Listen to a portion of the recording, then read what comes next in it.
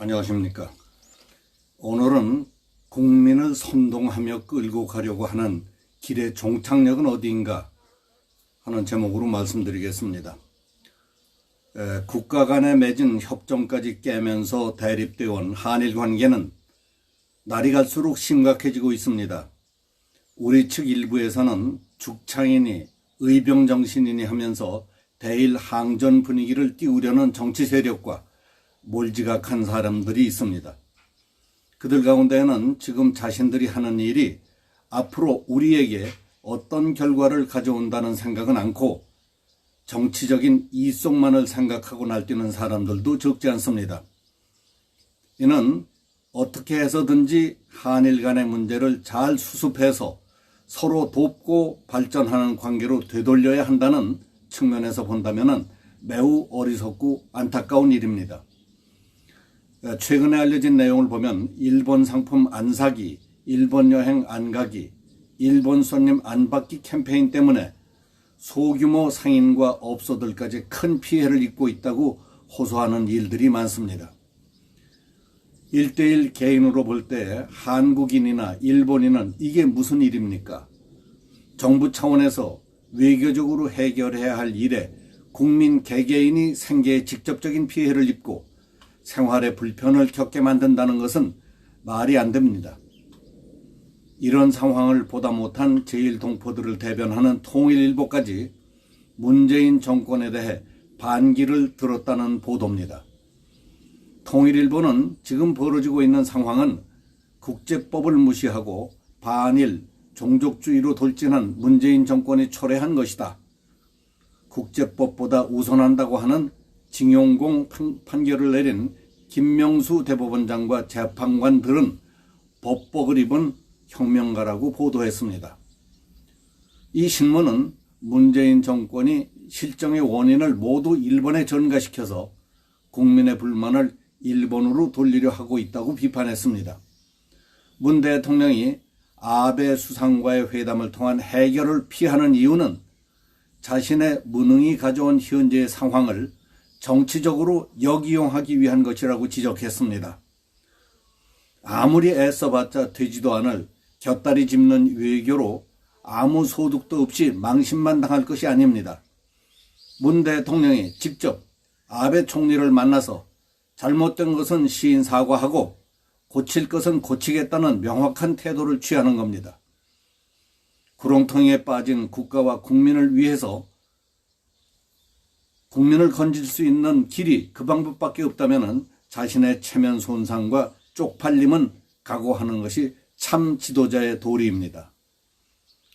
이 일은 자신이 저질러 놓고 마지막까지 써서는 안 되는 카드나 주물럭거리고 있다면 그것은 문제를 해결하는 것이 아니라 문제와 함께 자신을 파괴해버리는 자기 파면의 길을 택하는 겁니다.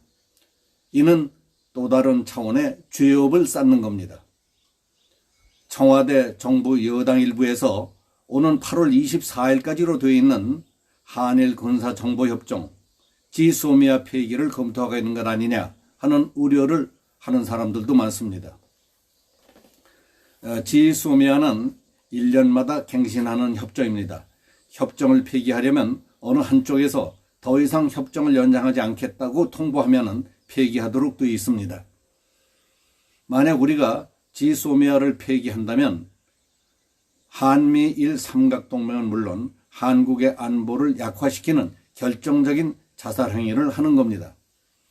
지소미아는 평화 시에는 한일 간의 주요 군사 정보를 공유하다가 한반도 일단 유사 시에는 미국의 중원군을 신속하게 한국에 배치하는 데 필요한 공항과 항구를 효과적으로 컨트롤하도록 지원하는 데 결정적인 역할을 하도록 짜여져 있는 군사협력입니다.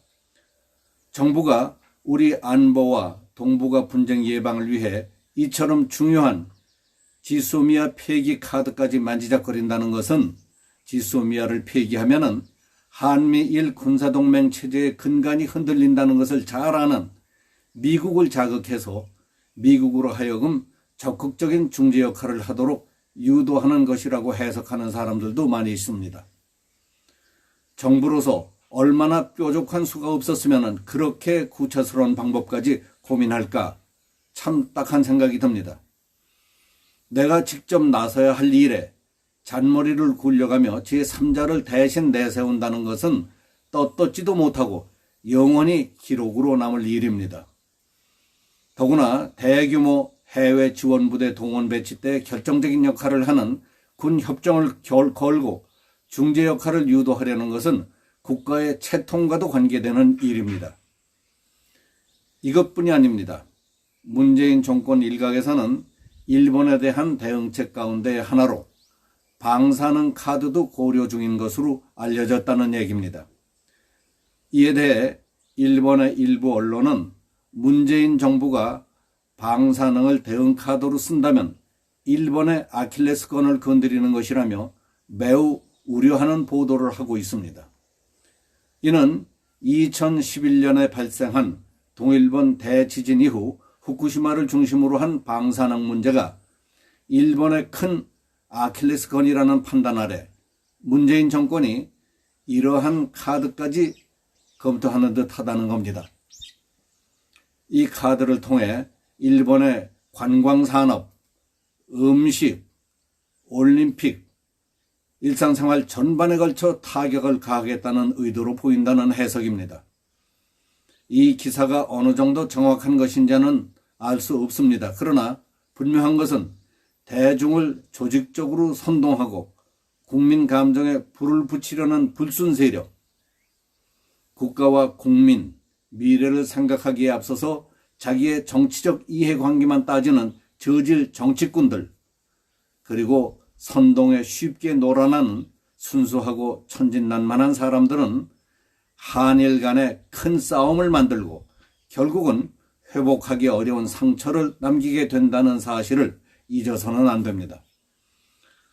일본이 화이트리스트에서 한국을 제외한 이유는 대량 살상 무기로 전환할 수 있는 전략물자 수출 관리에 의심스러운 사안이 계속 나오고 있으니 그런 사실이 없다는 것을 입증하면 풀어주겠다 하는 것 아닙니까? 우리가 일본서 사온 물품, 그 가운데 얼만큼은 몇 월 며칠 어디에 썼고 다음 날은 어디에 썼고 무슨 물건을 만들었고 나머지는 지금 어디에 있다 하는 회사의 작업일지를 복사해 주면 되는 것 아닙니까? 그까짓 걸 못해준 이유가 뭡니까? 일부 외신 등의 보도처럼 북한에라도 갖다 줬단 말인가요? 일본이 내놓으라는 자료는 안 주고 54년 전 국가 간 협정을 일방적으로 깨버리고 대통령이 나서서 가해자인 도둑 일본이 큰 소리 치는 것을 결코 좌시하지 않겠다. 이게 무슨 말입니까? 이런 식의 덮어 씌우기는 북한이 우리에게나 그동안 써먹었고 좌빨들이 어리숙한 한국 국민에게나 써먹던 법 아닙니까?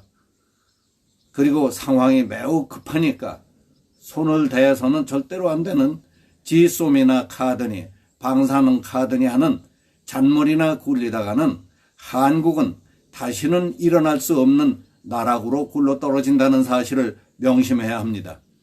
내용을 잘 모르는 선량한 국민 대다수를 속이며 끌고 가려는 길의 종착역은 도대체 어디입니까?